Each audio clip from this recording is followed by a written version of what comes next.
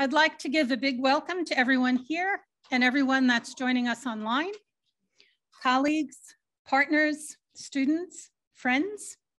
We're so pleased that you could be here and join the celebration of the life and legacy of Associate Professor Carolyn Diane Baker.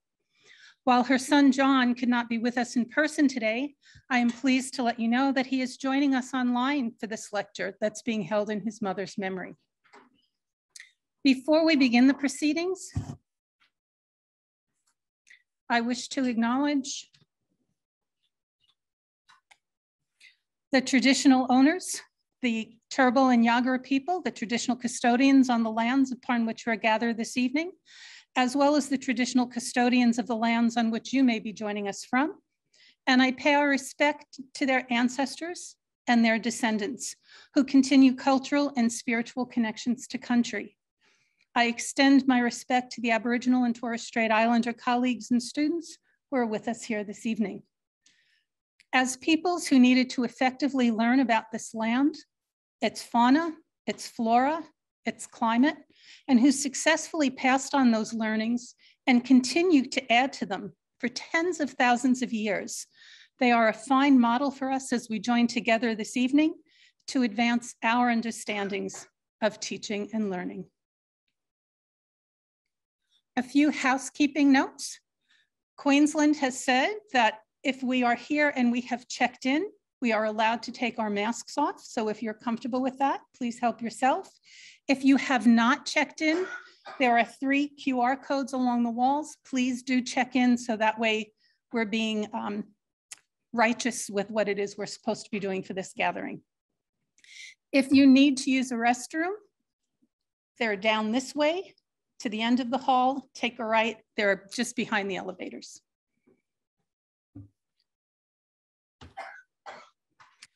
Dr. Baker moved to Australia from Canada in 1976 and relocated to the University of New England in New South Wales. She joined the University of Queensland in 1991 as an associate professor here in the School of Education at UQ. While at UQ, she served as an elected member of the academic board and also served as director of research and postgraduate students. Associate Professor Baker was an outstanding PhD advisor and supervised 25 candidates to conferral. She won a university teaching award. She strongly believed in the importance of candidates presenting their work in progress and their thesis papers, and often invited them to join her in attending international conferences. Associate Professor Baker was also an initiator of the school's annual postgraduate research conference. The Carolyn D. Baker Memorial Lecture is held on the evening prior to the conference, a fitting tribute to an academic who dedicated her career to nurturing educational researchers. Highly respected by her friends, her colleagues, and students, her legacy lives on through the success and research of her students, their students, and through this annual public lecture that we host in her name. Dr. Baker's research interests in interactive language and how people create meaning continues to resonate with contemporary education issues as we navigate dramatic shifts in learning environments and the digital environment. And that leads nicely into our keynote speaker and her address. Associate Professor Ian Hardy will provide an introduction to our guest speaker.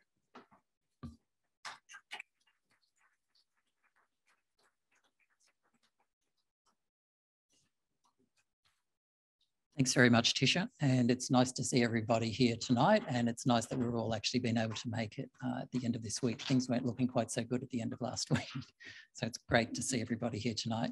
And to also welcome everybody who is online with us. So we have about 100 people online with us this evening. So it's a really fabulous turnout tonight in terms of Susan's lecture. So it's my pleasure this evening to introduce Professor Susan Danby to deliver the 2021 C.D. Baker Memorial Lecture. The focus of Professor Danby's presentation, The Digital Child, is clearly reflective of a career and life devoted to highlighting and promoting children's learning, children's voices, child-centered practices, and inclusion, most recently in relation to digital contexts and influences. Such research is not only timely, but takes time. Susan's research could be described as a form of what Isabel Stengers describes as slow science. Research that is careful, methodical, always open to further development and inquiry, not simply rushed by the exigencies of the day, even as it seeks to be responsive to and in deep dialogue with those whom it seeks to collaborate and engage, as well as the broader public beyond. Carolyn's work similarly reflected and reflects this careful consideration for those with whom she engaged in her research, evident in the time that she devoted to young people's meaning making. Indeed, the title of one of her earliest papers in 1982, The Adolescent as Theorist, an Interpretive View, reflects how she similarly gave of her time to give voice to what she described as adolescents as practitioners of world building. But this work does not exist in isolation. Carolyn and Susan's work stands within a broader lineage of ideas across time in the Queensland context and beyond. This includes J.D. Story's account of state education in Queensland in 1915, with its seemingly perfunctory table of the proportion of students who could read and write between the ages of 5 and 14. But this was a critical concern at that time, when the age of compulsory schooling had just been raised from 12 to 14 years. It continued through to 1950, when the first chair of education, Fred Chanel, was appointed at UQ. Like Carolyn and Susan, Professor Chanel's work was centred on language, including the teaching of reading. And this lineage of ideas continues through a wider array of educational researchers and administrators at UQ in the 1960s and 1970s, such as the comparative educator, NV or George Varghese, who's the father of our current Chancellor, Peter Varghese, and Professor Jack Campbell, who, like Carolyn, was a strong and active supporter of students' research, and whose support for research students was itself supported by the then head of the Department of Education at the time, Professor Bill Bassett. All of these scholars gave their time to education, and their work lives on. They have left lasting legacies, not just the public buildings, roads, and physical infrastructure that bear many of their names throughout Brisbane, but the endowed prizes and awards within the School of Education that enable our students to continue the crucial scholarship in their respective fields and subfields. The Varghese Prize for Comparative Education and the Grassi Bassett Prize for Educational Leadership are emblematic of this legacy. And the C.D. Baker Award in Education is very much of this ilk. The quests in perpetuity serve as continuing platforms from which to honour and celebrate the work of not only those whose names adorn these awards, but the students and leading academics who benefit from their generosity in perpetuity. And many of these students who have benefited from Carolyn's gift of time have gone on themselves to become future leading academics, giving their time to others. Professor Danby is living proof that this is so. It is this legacy that we draw upon tonight as we acknowledge and celebrate the achievements of the PhD student recipients of the Carolyn D. Baker Award, and as we foreground the work of Professor Susan Danby in tonight's lecture. The staff, students, and broader community of supporters of the School of Education at UQ are very pleased to welcome Professor Danby to the podium this evening to deliver the 2021 Carolyn D. Baker Memorial Lecture on the Digital Child, a topic crucial for our times. Thank you.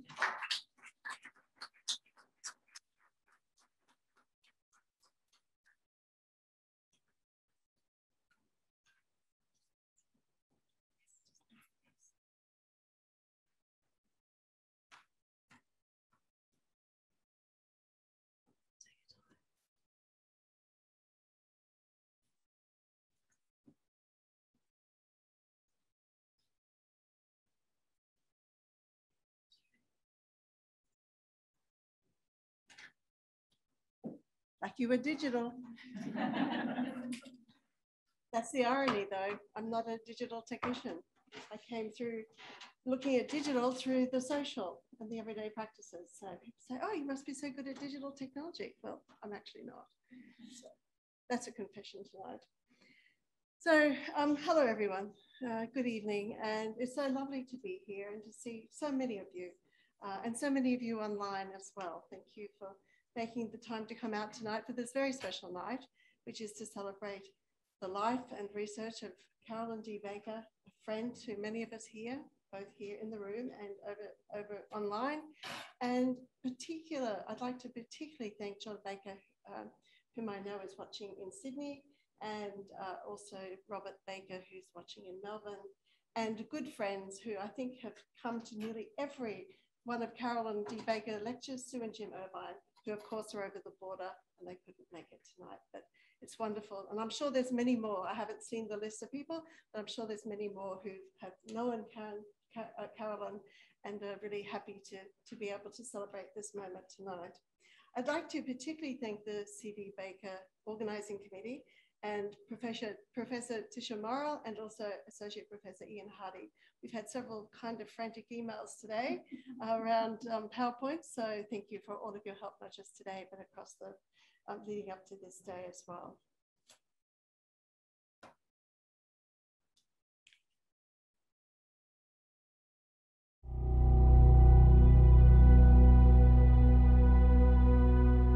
QUT acknowledges the First Nations owners of the lands on where we gather today and pay our respects to the elders, laws, customs and creation spirits of this country. For thousands of years, the First Nations owners have gathered to share their knowledge and stories. We pay our respects to all Aboriginal and Torres Strait Islander peoples and acknowledge the important role they play within our communities. We recognise their long and continuing connection to country, the lands, winds and waters throughout Australia. We recognise that these lands have always been places of teaching, researching and learning.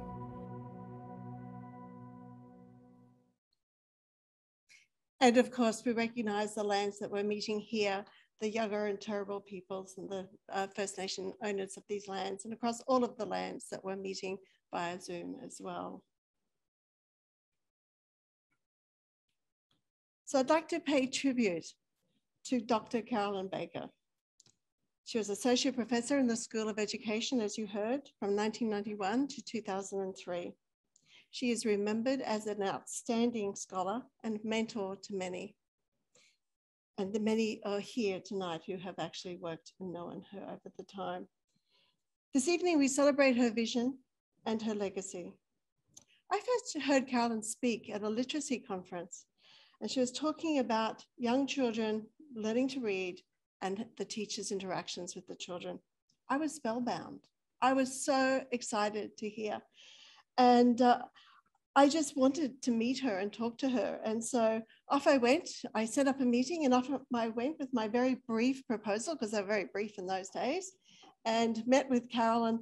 And it was quite a meeting. And at the end of it, she accepted me as a student. And so I skipped out of that room feeling very excited and very privileged. And I even had more than that. I also had, as my other supervisor, Professor Peter Renshaw, who's here tonight. And thank you, Peter.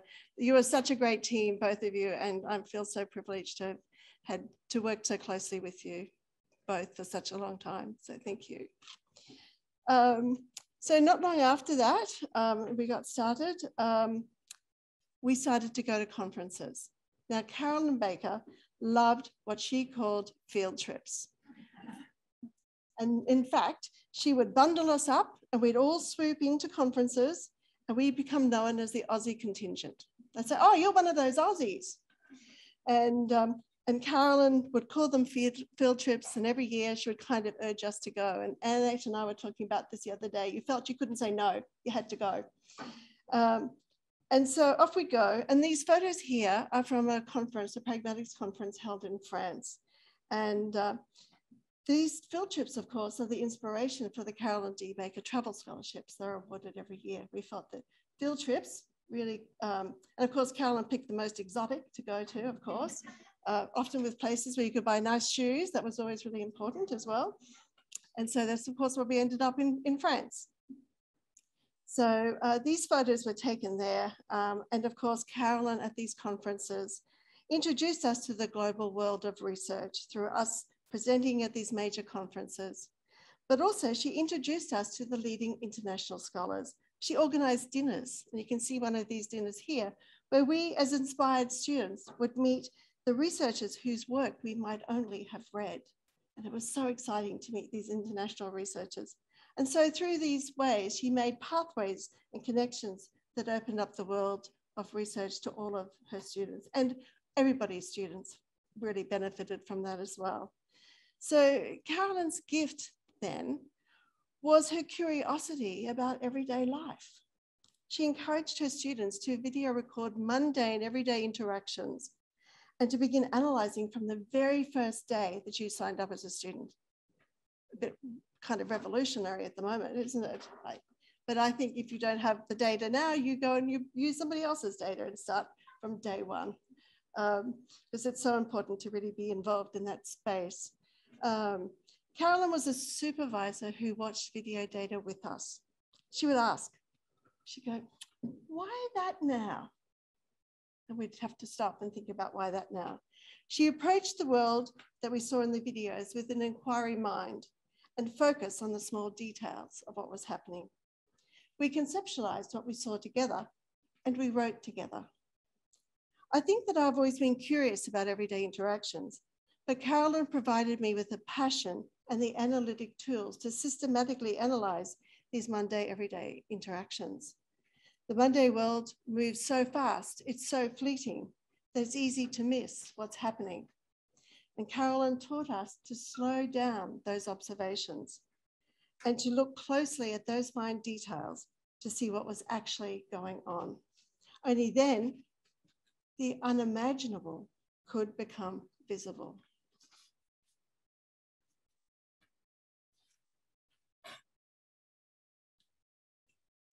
So Carolyn's focus on mundane interaction was informed by Shegloff and Sachs's question of why that now? And Sachs' ethnomethodological view that we can start with things that are not currently imaginable by showing that they happened. We can then come to see that as a base for closer looking at the world for theorizing about it, we would not know that they were typical.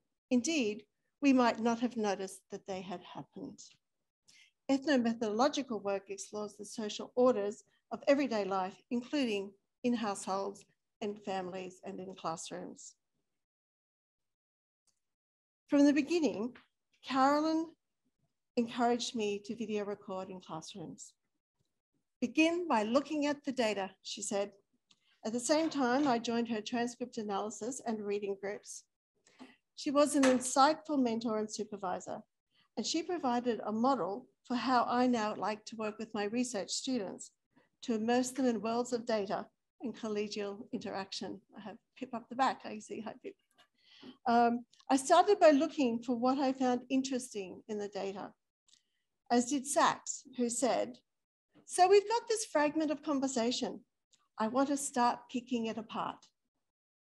And that was the start of the analytic process. My research problem was to make visible the classroom order. Detailed analysis of what appears initially to be chaotic can produce understandings of orderly social action. One of the first video episodes that I video recorded was of several boys in the block area of a preschool classroom. This was part of my PhD. At first glance, their interactions might appear chaotic, with little appearance of social order. A closer analysis, though, reveals that finely organized actions are taking place, with the older boys teaching an important lesson to the newcomers, the younger boys. Play and conflict were the avenues through which the older boys showed the younger boys how to be masculine in the block area. And I just have a very small section of that data. We smash it down if you don't be quiet. Go away. Go away. Go away. Go away. Very strong. We're not your thing. Yeah, we're very strong. So it went on from there to throwing through television sets and everything else. So I tracked John, the newcomer, from the stages of when he was younger, a less experienced player, to a more experienced participant. He was subjected to verbal attacks by the older boys. They displayed actions that generated fear and terror that resulted in John crying. Lessons were being learned and taught. For the individual boys who were new to this sort of activity, it was frightening because they didn't know the ritual. For those experienced in the ritual, it was a known one. But even so, it could never be assumed to be predictable and safe, as the social order of the classroom was constantly being negotiated and renegotiated. The talk and action of the older boys demonstrated their competence in the local social orders of the preschool classroom, particularly in the block area. The analytic resources of conversation analysis made visible the social structures in which the boys operated, highlighting their in situ competency. In 1999, on a plane to Darwin, I was flipping through a magazine and I saw this ad for Kids Helpline. I thought about how my grandfather would always say, well, children should be heard, should be seen and not heard. And I kind of started thinking about that with this data. And I thought, I wonder what those young people talk to the counsellors about. So once I arrived in Darwin, I picked up the phone and I called Carolyn. I said, I think we have a shared project that we can do. And this became a lot of work that we did writing together around Kids Helpline. Some of the most powerful work, I think, that I've ever been involved in. And part of this that was so fascinating was looking at very small bits of data. So beginning telephone calls is such a mundane activity. We do it how many times a day? But how often do we stop and ask ourselves, why do we start our calls in certain ways? Why that now? And how do we show why that now? So first, in a call, there's always an answer to the phone summons. Next, there's an identification of the organisation. And following that, you have a Swedish emergency service there, SOS. There's a push here with the Swedish emergency call, a push to progress the call to find out what's happened, all tightly managed by the operator.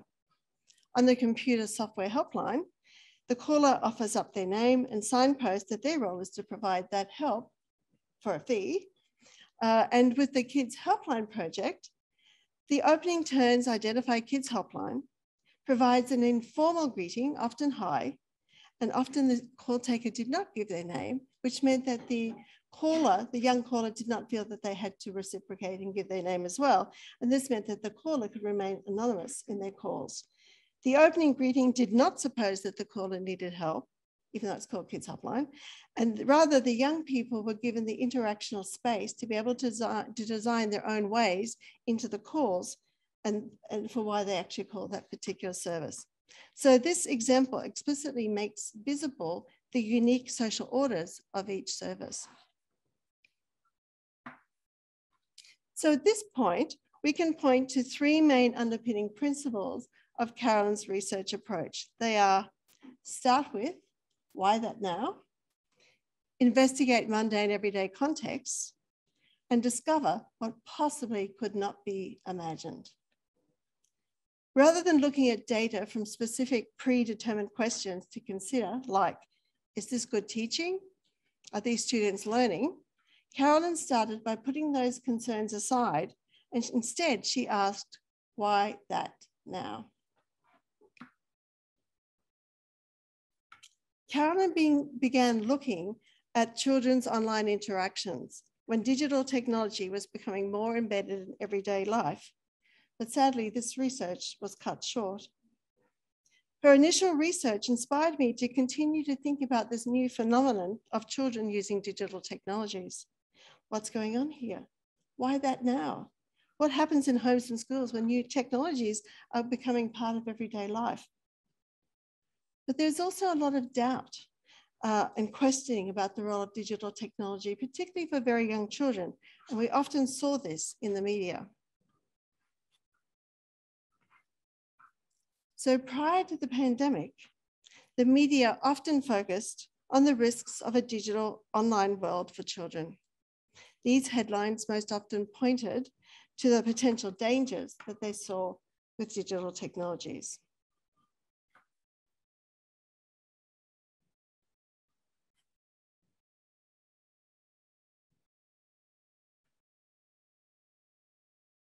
It's And hard of to remember course, life in the media. before smartphones and tablets. And with Wi-Fi and 4G, it means the internet is everywhere. Technology is completely embedded in our work and play and has become the essential part of our lives. But you can have too much of a good thing. Internet addiction disorder is now a genuine psychological illness.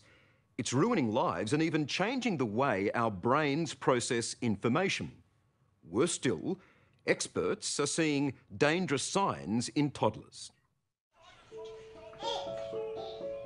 It's a familiar sight in households around the world.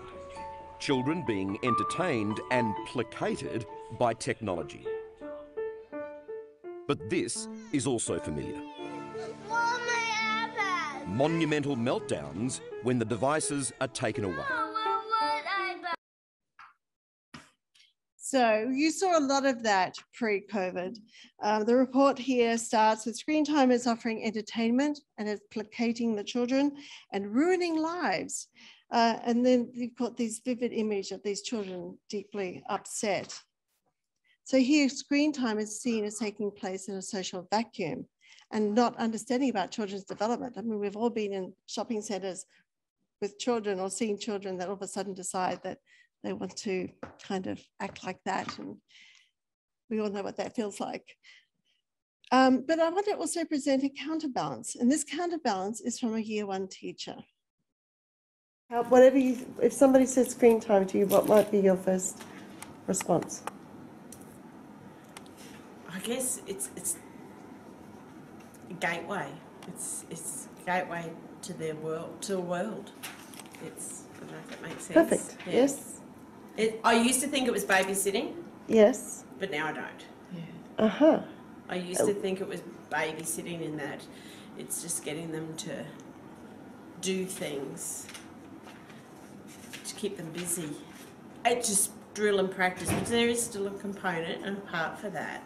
But now it's skills, and we can go visit another country. We can go look at an animal in a zoo in a northern hemisphere. And I mean, I can't take them there, but I can with this. So it's like the magic carpet ride. There you go. So here, this teacher has reimagined screen time in her year one classroom. Searching the web could be used to find out information about topics of interest. She used two metaphors, that technology is like a gateway and also like a magic carpet ride to support children's interests and learning. But when COVID hit, a different story. During COVID, the media was no longer concerned about digital technology, but rather saw it as the savior and made great deal about homeschooling and those kinds of activities where they saw having a screen as really critical. So this media shift was one now of promoting the value of the digital and supporting positive futures for children. But there are still concerning images here. These media images are of children on screens, and look at the quality of those screens. How expensive were they? Is there no other way to engage in digital learning? What if families don't have screens like this? What if they don't have digital access at home like this? What other ways of learning are possible?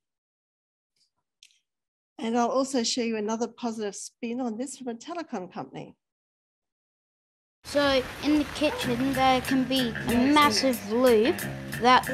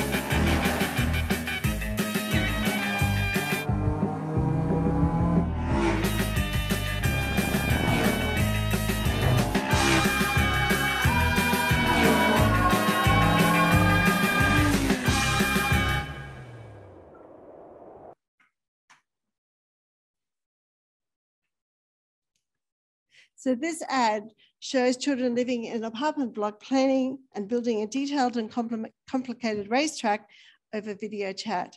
The racetrack goes through kitchens and temporary home offices. I want to highlight how children are being shown as using technology in playful ways, where the community of apartments are interconnected and peer interactions collaborating with a goal in mind. And I ask, is this the new digital child?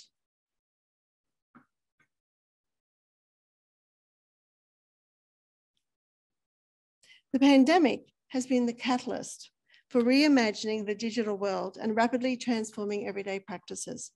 And we need evidence-based answers to the many questions that we're asking. We've seen that there are vast inequalities in the digital world.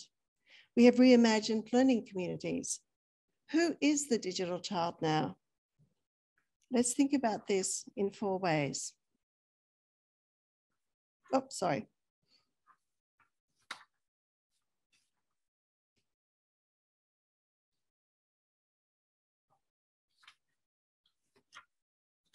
So these 4 ways are, I think I may. New ways of learning. So zoos are streaming online how to milk a snake and feed a crocodile. These streaming opportunities point to learning being increasingly offered in formal settings with new partnerships built. Let's hope they continue and they have the fund that they need. During COVID, I loved watching the Queensland Symphony Orchestra hold their online concerts and other orchestras who also live streamed. These new ways allow for being in different ways. And for those, for whatever reason, either through distance or physical immobility, cannot travel to see a live concert or to be here this evening. We have new opportunities. We're not surprised to see the ABC broadcasting Play in Learning. Play School has been around for years. But what is somewhat surprising though is how our commercial television stations have stepped up. Channels 7, 9 and 10 have collaborated with learning specialists to offer curriculum content for children from the early years through to year 12. I hope these kinds of partnerships continue to flourish. And we're seeing new ways of being in relationships. Messenger Kids is a free app launched in December 2017, and it has become popular during COVID. Children interact through friending others, monitored by parents, using free messaging through text and video chats, drawing tools, gifts, and so on. And here is an app of a 10-year-old interacting with her auntie to stay in touch over COVID.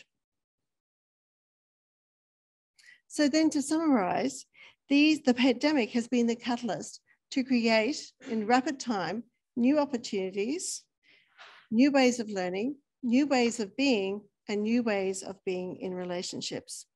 However, our everyday lives are still always about realizing new opportunities, ways of being and learning and being in relationships. And I'll spend some time now looking at some of these more closely in the digital world. The increasing prevalence and use of digital technologies by and for young children has family and educators asking about what children are actually doing, in what context, for what purposes, and what effects. They're actually asking why that now. The escalation of young children's immersion in digital worlds holds great possibilities, as well as some cautions. I draw on a 3-year study that investigated how young children experience digital technologies at home and at school. Investing digital technologies without taking into account the human and cultural dimensions of social interactions and social relationships is only ever an incomplete project. To understand what goes on in home and classroom requires understanding the organization of talk and interaction in practice. The ethno-methodological question asked then is, why that now? Which can be elaborated to, how do children use digital technologies in everyday talk and multimodal interactions at home and school? And how are relationships built through interactions involving digital technologies. And these are the families in the study. In ethnomethodology, analytic attention is directed to how relationships are constructed in moment-by-moment interaction.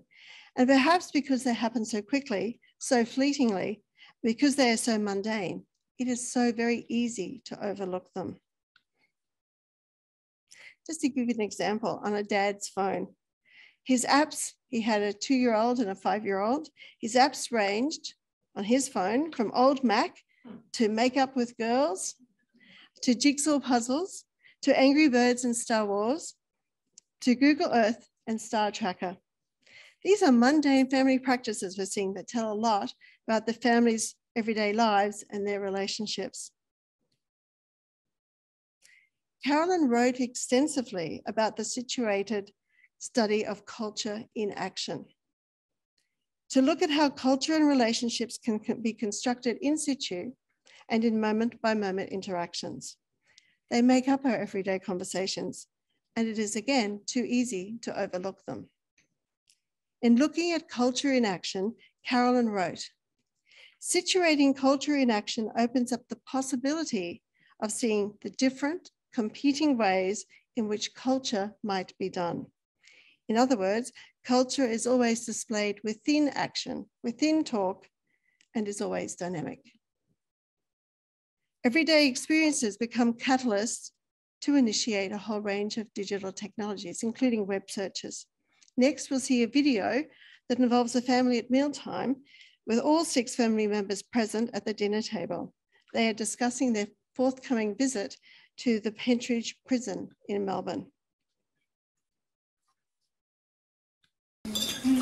Has anyone escaped from Pentridge jail? Let's see how other people did it in real life. Is it spelled G-A-O-L? Oh, why are you obsessive with the spelling? Prison, not jail. Pentridge, with Pentridge jail? Did we just say jail? Prison. Pentridge prison. I want to know if anyone escaped in real life. Search it up, please. 16 people. Oh, who wants to search it up? Right. Because I'm interested. Why are you asking us these questions? How much easier would it be? Because I want to know, I can't fathom how you try and escape from a jail. So this episode of Family Web Searching debunks the view of the lone child sitting in their room all alone doing web searching. This episode begins with the mother asking about jail escapees. She announces that she's interested to know if anyone has escaped. She continues with why she wants to find out. At this point, there's no reference even to web searching. The mother proposes a strategy. Search it up, please, she says. This directive is issued without naming any one family member. Immediately, a sibling has a go at addressing the question, suggesting maybe 16 have escaped, to which no one responds. Rather, the mother repeats the directive, slightly rephrasing it to ask who wants to search it up. At this point, Dad produces his mobile phone and asks for the reason for the search. She says, I'm interested, I'm curious, I'm interested. And this is sufficient for the father to begin his search. The mother has used a real life experience, the family's planned forthcoming trip to the prison, to produce a web search query. This example shows that the web can offer new possibilities to understanding the world, and the way that this was accomplished through the mother and through family mealtime social interaction. Next, we see an example of digital gaming at home. Jack and Emma are playing Minecraft, sitting side by side, each with their own iPad. They each look at their own screens, and they also monitor the other's actions on their screens. They share the agenda for collecting treasure, gold, and fighting zombies, and in this, they share a common goal. Now, I think I had trouble saving my document. There were so many videos in it. So I think this might be, oh no. Yeah. No, you tap them, Emma. Tap them. Keep on putting more down. Then I set the TNTs down, so we get the gold.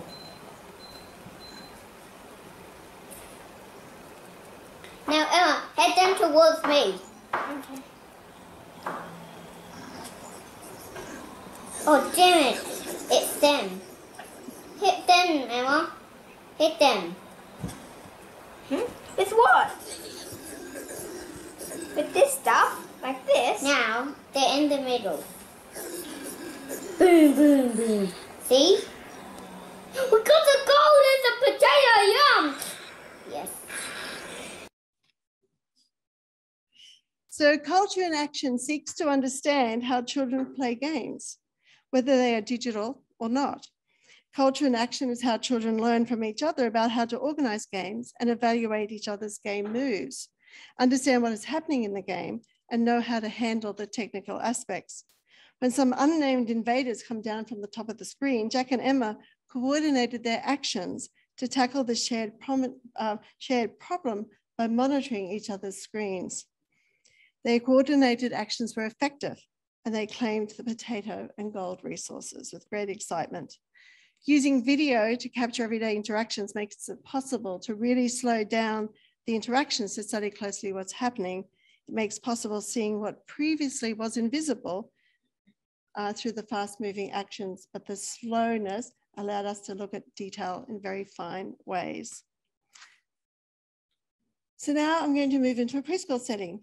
This hairy caterpillar was found on a footpath at the preschool at the beginning of the school year. It led to a year of activities that involved a whole range of preschool activities. The children wrote books about caterpillars to document their understandings. They undertook a catalogue search to look for a poster on the life cycle of a butterfly. They looked at photos online and they asked, who can we ask? So they wrote an email to the museum to learn more about the caterpillar. They also asked, what do we want to find out? And the teacher wrote down their questions for them. They went to YouTube for more information. They decided they needed a sign to protect the shrub where the caterpillars like to live. And they built a wonder garden so that the butterfly species had a place there to live. What we see happening here is a participation framework of children and teachers interacting that shape children's possibilities for learning. Think of all the strategies being used here: conversations, probing questions, real use of search engines and other digital resources to find out. The use of digital technologies, though, was only one part of this experience. We saw with the hairy caterpillar how the participation framework was systematically organized for the children to learn. Schools unknowingly also can systematically organize children to fail. So here we have an example of this. This is Jack using the ABC Reading Eggs program, which some of you may know. And he's going to start clicking, looking at the story, reading the story, and then he's going to do a quiz. And this is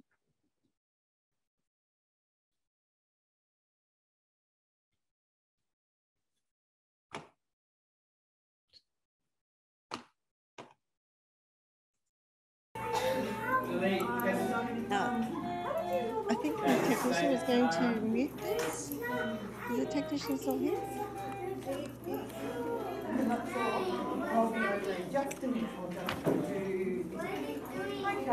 Anyway, that's okay. I'll just talk over the top. It'll be fine. I'll just talk loudly. So here, what we have happening is Jack reading the book and he's answering the questions. Don't worry, it's fine. No, don't worry, it's fine. Oh, there we go. So now you can watch. Thank you, Ian. So here he's doing, you can see him reading the story, and soon he's going to have a quiz to answer. Now the quiz had questions requiring knowledge of what images were on a specific page, such as how many penguins, but you couldn't go backwards to that page to double check. Other questions were phonics related, such as identifying words that ended in P. And when he did the quiz, he got 2 questions wrong. The text informs him that he didn't pass the quiz. He does it twice. Each time he gets told, you didn't pass. And yet, when you think about what he was trying to do, P, one of the questions all the time that came up was the penguins were playing. Now, when you're 5 years old, anything like this, pushing somebody into the pond, that's kind of like play, right? So he would always tick play, but of course it was always wrong.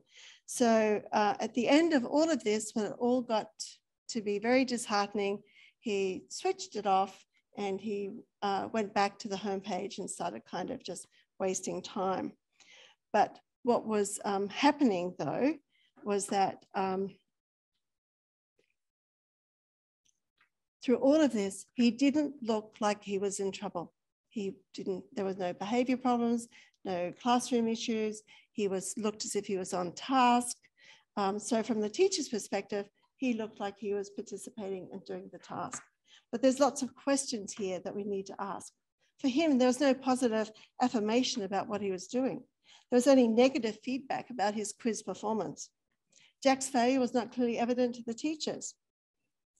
This activity was solely solitary. There was no opportunity for him to retell the story with a personalized account. There was no capacity for him to locate experiences related to the content of the book. And he was not able to discuss his responses to the story with his peers or the teacher. And he was not able to discuss and collaborate what the answer might be. What we saw was print-based literacy on a screen. Why do this? None of the 4 ways that we discussed earlier about engaging with digital technologies were in play here. There were no new digital opportunities. There were no new digital ways of learning, no new digital ways of being, and no new digital ways of being in a social interaction. This learning support activity did not support learning. The pedagogy of the digital artifact was not sufficient in providing a learning-rich environment, only a measurement outcome. Digital materials and resources cannot replace quality pedagogy. The OECD report of 2015 points out that technology can amplify great teaching, but great technology cannot replace poor teaching. With the many digital resources being promoted as supporting student-centered learning, it's easy to see how educators can take up these resources as learning support. And yet only through that close examination could we actually see what had happened. So this is not about teachers, this is about what happens every day and how the privilege of being a researcher, putting a video camera there, watching what was happening, and then to be able to analyze it is just so important in research. And now I'd like to move on to talking more about digital technology through the Australian Research Council Centre of Excellence for the Digital Child. So Carolyn's question, why that now, was the starting point for thinking about the centre to understand young children's engagement with digital technologies. Our inspiration grew from the questions that were being asked by families, educators, physicians, health professionals, technology designers, policymakers about the role of digital technology. This centre is the first in the history of the Australian Research Council Centre of Excellence programs that has been awarded to the disciplines of education and early childhood education. QT leads this centre, and we are in partnership with UQ, University of Wollongong, Deakin, Curtin, and ECU. So it's great to have UQ here involved in this centre as well. Our question is, how can all Australian children be healthy, educated, and connected in a rapidly changing age? So this centre addresses the risks of the digital world and also explores the opportunities and potential of digital technologies for young children. This centre is built on a program of research centred on the world's first longitudinal study of young children. And we have the lead of that, Karen Thorpe here, who has carriage of this role. This family cohort study of 3,000 families provides a broad capture of digital technology use by young children and their families. Our solution is a centre that brings together different fields: health, education, digital and social connectedness. This new knowledge will guide policy, innovation, and practice.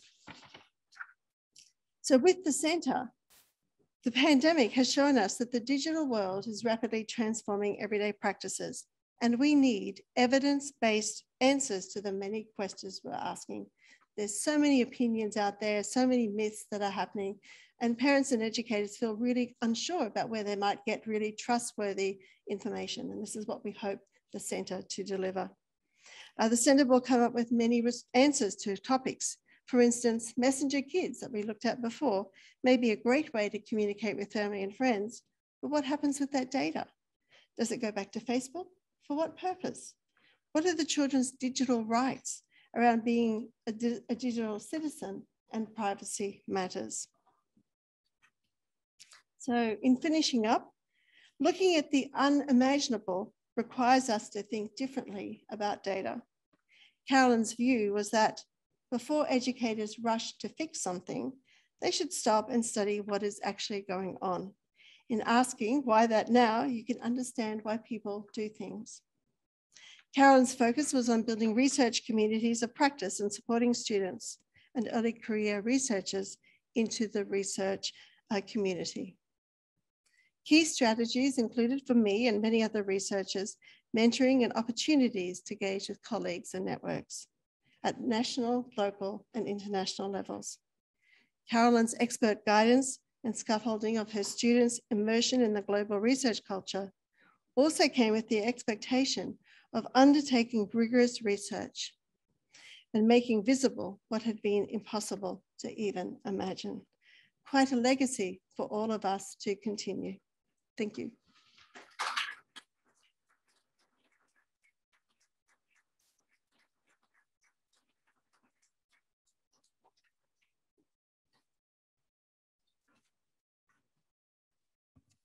So thank you so much. It was great to go with you to share your experiences and your memories with Carolyn. And thank you for taking us on your magic carpet ride so that we could start looking at why that now with the digital child. We have time for a few questions.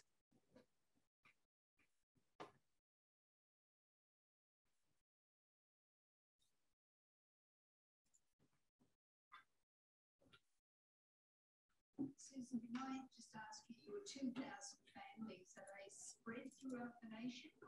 Yes, yes, they are. 3,000 families there across all Australia. And those across all Australia, I could have,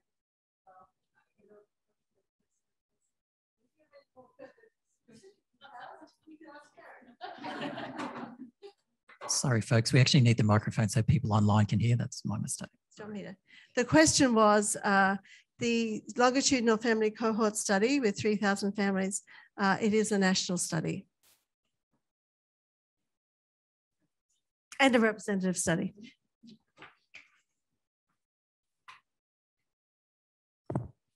What do you think is the digital child these days? How would you describe the digital child?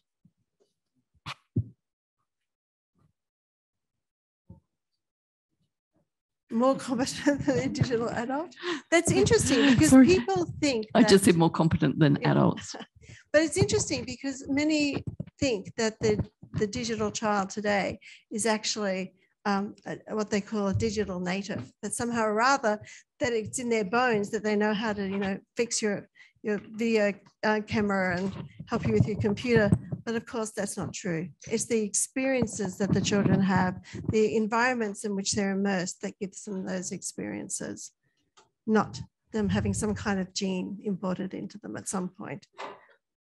Susan, I wonder if I might ask a question. And thank you very much. It was such a deep and thoughtful lecture.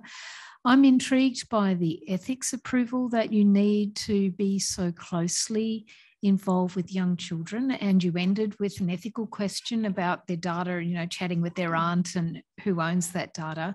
And it strikes me that getting so close into these children's lives is a really privileged and precious thing. It is. Would you speak about that? Sure. And I have to say, in COVID, of course, everything has been topsy-turvy as well. But one of the ways that I worked in my future fellowship project was that I engaged parents in the process. So I've got video of children in bed on a Sunday morning playing games together, and there's no way in the world as a researcher you would ever have access to that.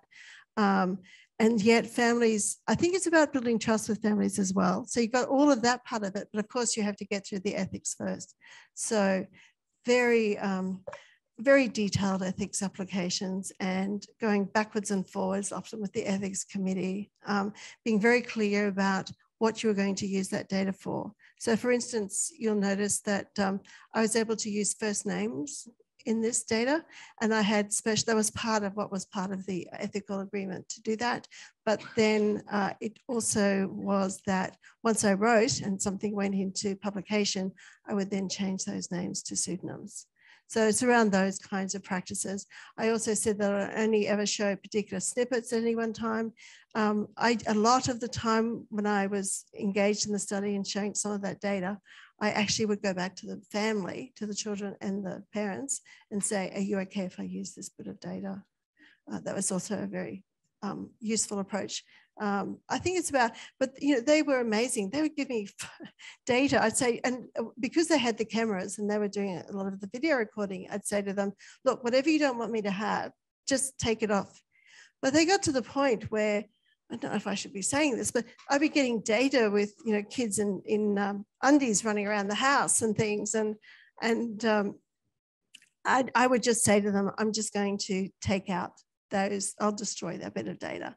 And then at the end of it, I'm also very aware of how much they contributed to the study. And so I actually gave them the video cameras that they were using, and also gave them an external hard drive of all of the data that they had collected about their families.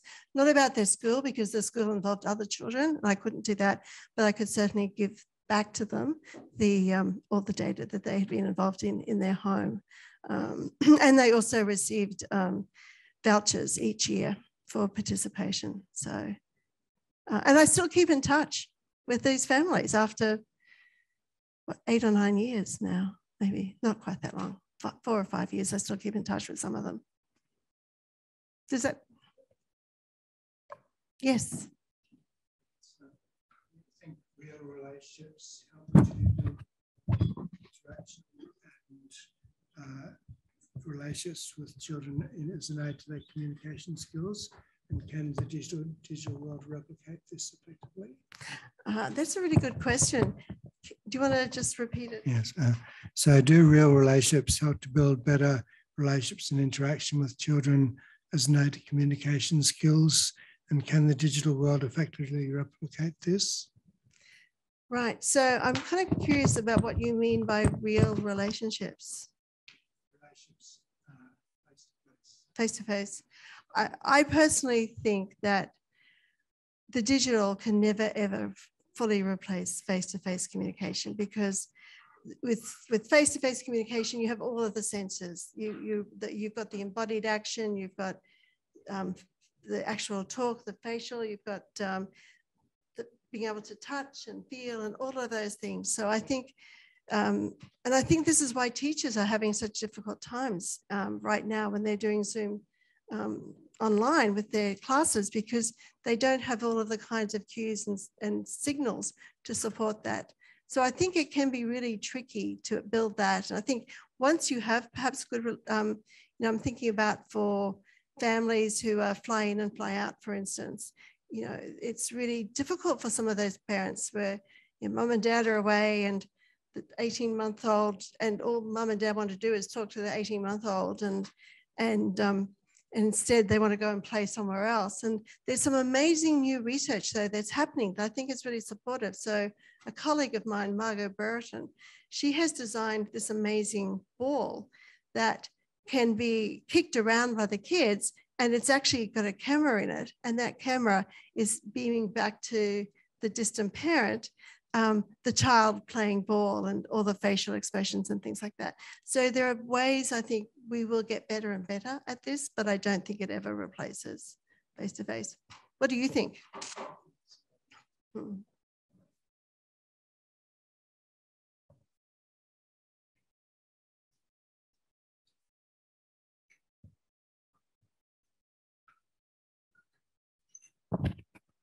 I was really struck by how you portrayed kind of the shift with COVID, which wasn't part of your original plan, I'm wondering what you went through as a team, I guess, as you went through COVID, because you've obviously come out with seeing some positives.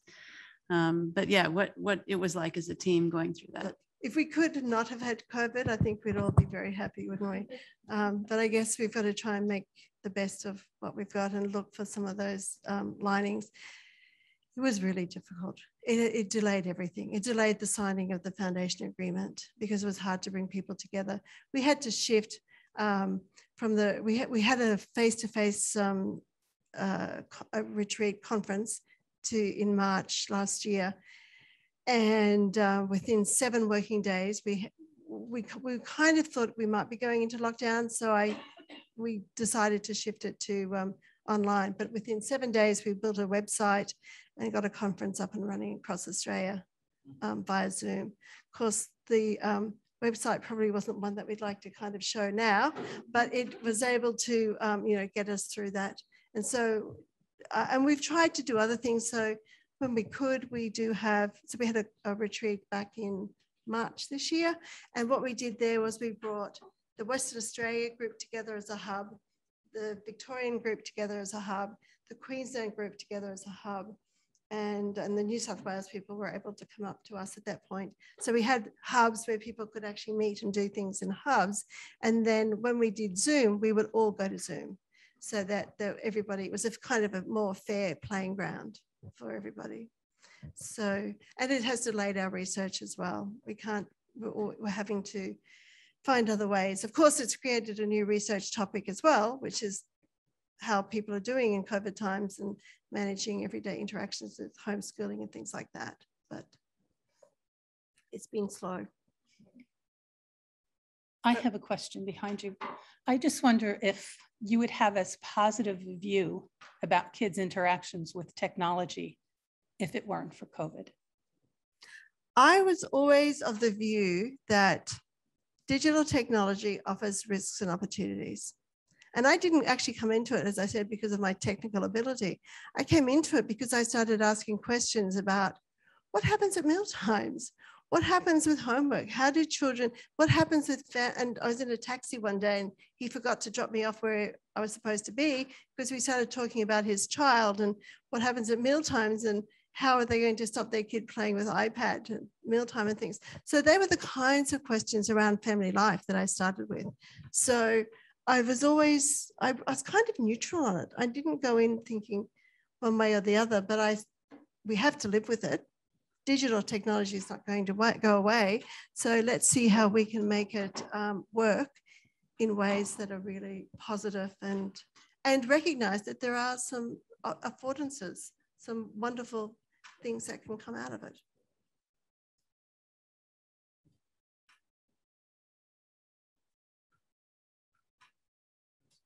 Yes.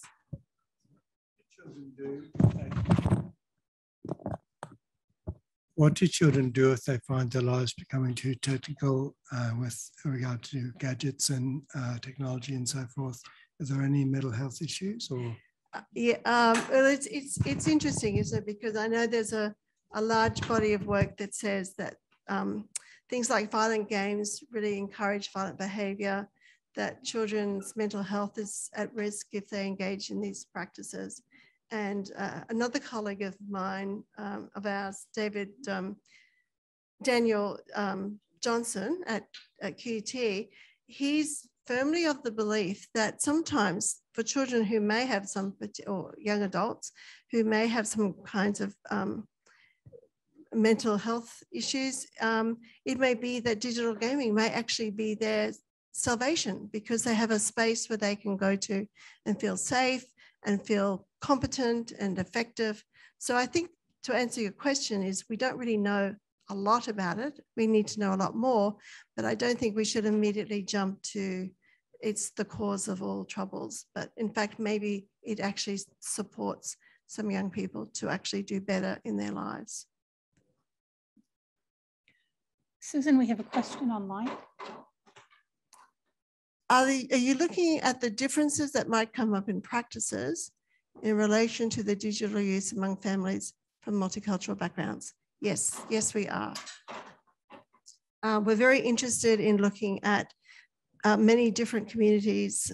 We've been talking a lot about how we can engage in communities, Indigenous communities, and also in communities where English may be an additional language.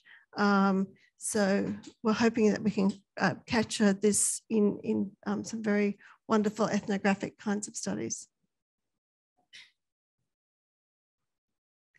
Well, I think I'm going to wrap that up so we could move on with the evening. Thank you again so much for everything that you've had to share with us.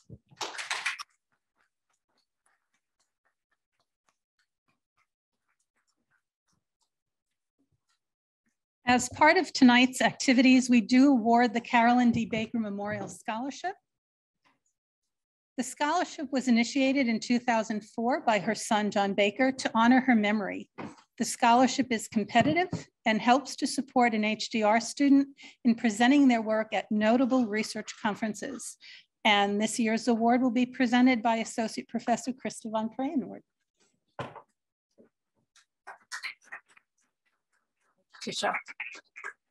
I've been asked to read a message from John Baker from Carolyn's son. Good evening to everyone. Tonight's event is a bit different to previous years. I believe it's the first time we've had people attending virtually from across the country.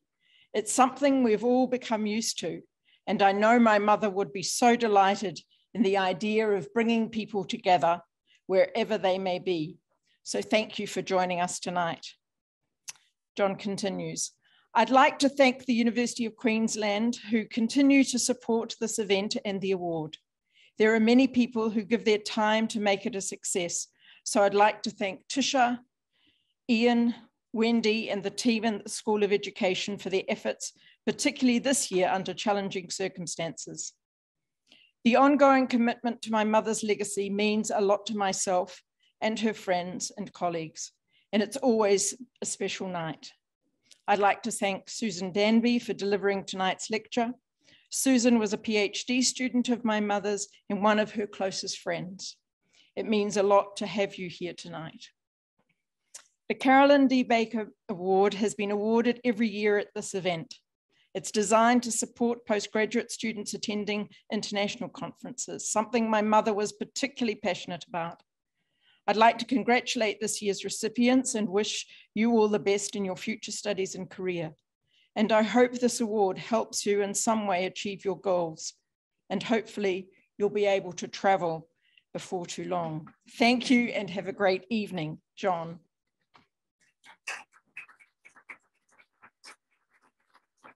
I come now to announce the award. In 2021, the Carolyn D. Baker Memorial Scholarship Committee members were the head of the School of Education, Professor Tisha Morrill, Emeritus Professor Peter Freebody from the University of Sydney, Associate Professor Jess Harris from the University of Newcastle, Associate Professor Ian Hardy from the School of Education, Dr. Stephen Hymans from the School of Education, and myself, Christa von Krayenwoord. And Susan Danby, sorry. Susan Danby from Queensland University of Technology.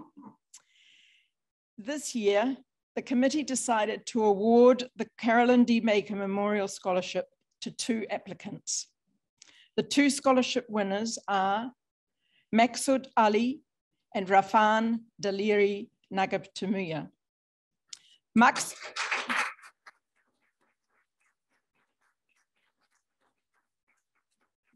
Ali will be presenting a paper entitled English in the Human Capital Development in Bangladesh, Policy Logics and School Practices at the 9th Asian TFL International Conference on Empowering Through English Language from the 3rd to the 5th of December in New Delhi, India. I'm assuming that's virtual as well.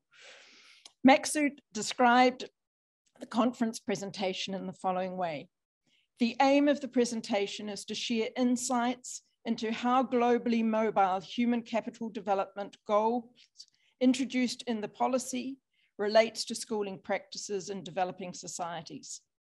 Human capital foci in curricula and their enactment in schooling are global issues and therefore my findings will be relevant to a wider global community. Rafan Daliri will be presenting a paper entitled Students as Data Producers and Classrooms as Sites of Data Production at the Australian Association for Research and Education Conference from the 28th of November to the 2nd of December. Rafan described her conference presentation in the following way.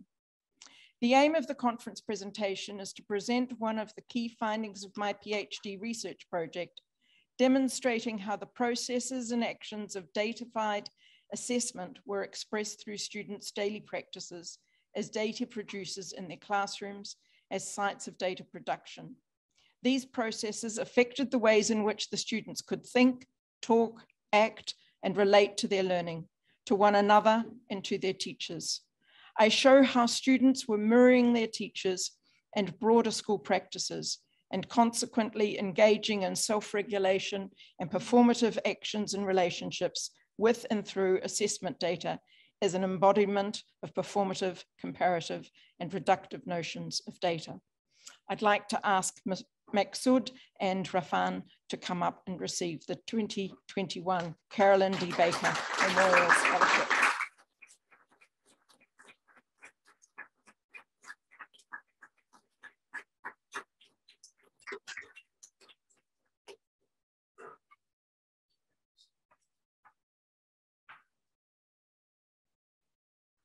Before you go tonight, would you mind if we go photo again, please? Sorry, a bit slow on the old technology. Thank you. Thank you.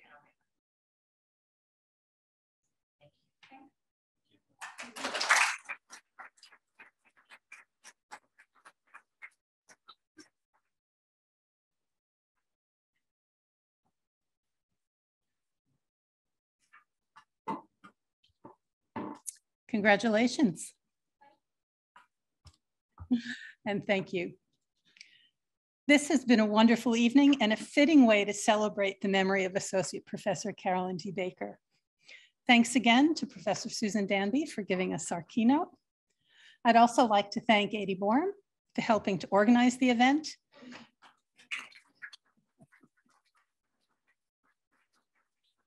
And thanks to everyone here and online for joining us.